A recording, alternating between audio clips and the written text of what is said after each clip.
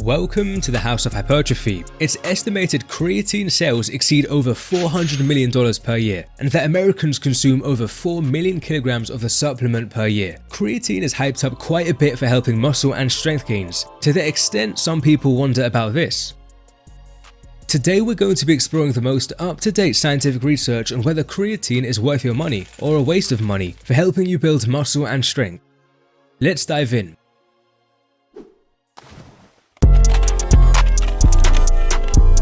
Since 2014, 5 meta-analyses have explored how creatine may help the lean mass gains you see from resistance training. In case you're unaware, meta-analyses combine the results of numerous studies looking at the same topic. These analyses tend to find creatine boost the lean mass gains you experience from resistance training by 1 to 1.4 kilograms across largely a 7 to 14 week period. This appears to be a pretty large benefit. 1 to 1.4 kilograms of additional muscle in just 7 to 14 weeks sounds great. But here's the problem. Lean mass is the weight of all non-fat tissue in the body, so it's not just muscle tissue. Thus, we simply don't know how much of that 1 to 1.4 kilogram increase reflects true muscle growth. It's possible that changes in extracellular fluid and even bone are contributing, leading us to potentially overestimate the benefit of creatine supplementation for muscle hypertrophy. This is where a recent meta-analysis out of the USA comes into play. Instead of looking at how creatine impacts lean mass, it examined creatine's effects on the direct growth of specific muscles. 10 studies made the cut, and when looking at the triceps, elbow flexors,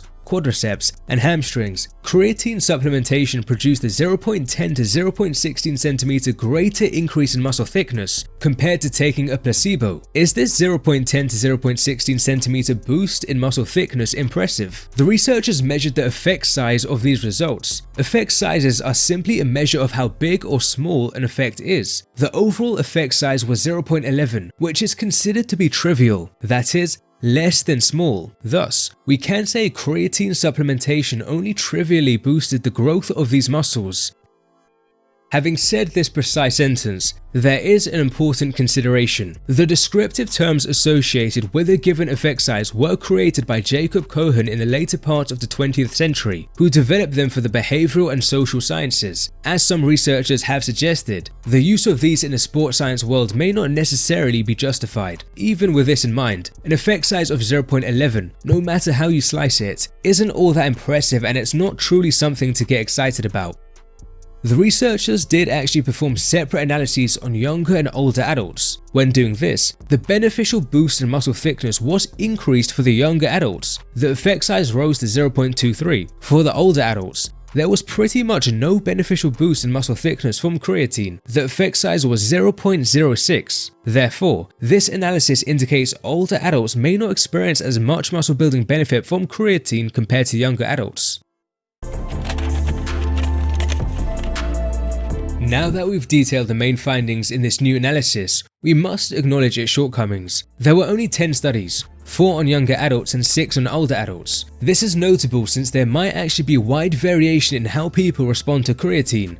Independently examining the 10 studies in this analysis reveals this, with some studies, even on older adults, finding a lot more, sometimes nearly double, the relative muscle gains when subjects supplemented with creatine, while other studies find no boost in muscle gains whatsoever from creatine supplementation. For you statistics aficionados, you'll know effect sizes consider variation. With all else equal, a larger variation produces a smaller effect size. So this certainly could play some role in the trivial to small effect sizes in this study. Nonetheless, why might there be wide variation in how well people respond to creatine? As detailed by an excellent study, there are simply non-responders, partial responders, and high responders. Non-responders are individuals who fail to increase their muscle creatine content despite supplementing with creatine. It's estimated around 20 to 30% of individuals could be non-responders. It appears non-responders have higher initial muscle creatine levels, a higher percentage of slow twitch muscle fibers, low muscle fiber sizes, and lower fat-free mass. Higher responders possess the inverse of all these characteristics. Some fascinating questions arise from this. The majority of the 10 studies in the new analysis involved untrained individuals who typically possess 2 of the characteristics belonging to non-responders: lower muscle fiber sizes and fat-free mass. Thus, could creatine be more beneficial for trained individuals? There currently isn't ample research for us to answer this, Hopefully future research provides a deeper insight. A second question relates to the fact that higher initial creatine levels are another potential factor associated with lower responsiveness. Vegetarians and vegans tend to have lower muscle creatine stores due to the nature of their diet. Do they experience a greater muscle building benefit from creatine supplementation? I'm only aware of a single related study. 18 vegetarians, 3 of them actually vegan, and 24 non-vegetarians, supplemented with either creatine or a placebo during an 8-week resistance training program. And indeed, the vegetarian group taking creatine experienced greater increases in muscle creatine stores, lean mass, and muscular endurance versus all other groups. But strength gains were similar between both the vegetarian and non-vegetarian groups taking creatine. Be mindful that since lean mass was measured, it's difficult to know how much of this reflects a boost in true muscle growth. So far, we've just been talking about muscle building, but what about strength gains? This meta-analysis established creatine boosted bench press strength gains with an effect size of 0.26 and a larger effect size of 0.68 when looking at chest press strength. But a large amount of caution is needed here since there were only 4 studies looking at chest press strength. Another meta-analysis by the same authors established creatine benefited back squat and leg press strength with an effect size of between 0.29 to 0.34. Though these effect sizes fall into the small category, they are still larger than an effect size of 0.11.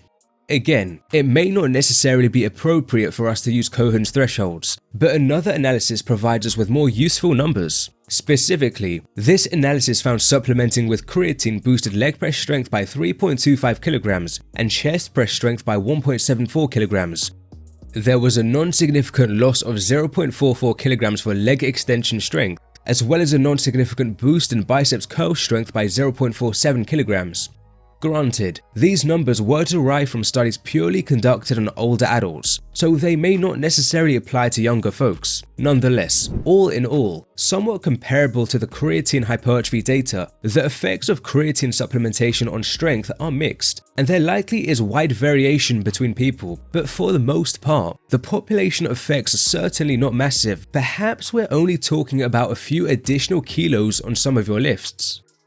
Ultimately, I think it's most logical to consider supplements as the cherry on top. Well-constructed and consistent training long-term and sufficient caloric and protein intake is going to be the source of the majority of a person's gains. Speaking of consistent training long-term, tracking your training and being mindful of your progress can be valuable, and our high-quality partner Alpha Progression can help. It has a static graph that can track virtually everything, like your strength progression, number of workouts, body weight, and even set numbers per week and the circumference of body regions. You can input your own training program or explore their extremely flexible custom workout generator that can tailor a program to your needs. You determine how often and how long you want to train and whether you want to focus on certain muscles. You can also specify what equipment is available to you. There are well over a quadrillion input combinations on which custom workouts are generated. A great thing is the training philosophy in the app is based on meta-analyses and literature reviews. The link in the comments and description gives you a free 2-week trial of all the app's features. And if you like the app and go beyond, the link gives you 20% off a subscription. Rest assured the app is sincerely of the highest standard. We don't just partner with anyone at the House of Hypertrophy. It is crystal clear that creatine can help various people boost muscle and strength gains, but I'd say the current state of the literature suggests people may have unfortunately been overestimating its true benefit. Creatine's average effects for building strength and muscle seem to be small. Once again, there are going to be people varying from the average. Some people may see no benefit whatsoever, while others see a more pronounced benefit. I will still be keeping an eye on the creatine research, so if any worthwhile new research comes along, I'll be sure to update you all at the House of Hypertrophy. It's possible there could be other benefits of creatine supplementation, but the consistency of effects isn't always there. Some papers report beneficial effects on various aspects of cognition, while others fail to. With bones, creatine might truly be beneficial when lifting weights is combined with higher doses than usually consumed. At the end of the day, feel free to decipher if creatine is worth your money based on the data outlined. It's been extensively researched with over 500 peer-reviewed published studies and fundamentally is safe. Controlled research indicates it does not result in kidney damage or renal dysfunction. The most common side effect seems to be gastrointestinal discomfort, and this may be alleviated by one or more of the following steps. If you do wish to take creatine, in the pinned comment and description I've noted some general guidelines, including a note on whether creatine causes hair loss, and for those after additional resources, I've linked further research articles, a whole Q&A paper, one on cognition, and another on bones. These articles are written in a way that's largely understandable to those with non-scientific backgrounds. How can we effectively develop the side delts? Feel free to check out our video on the topic.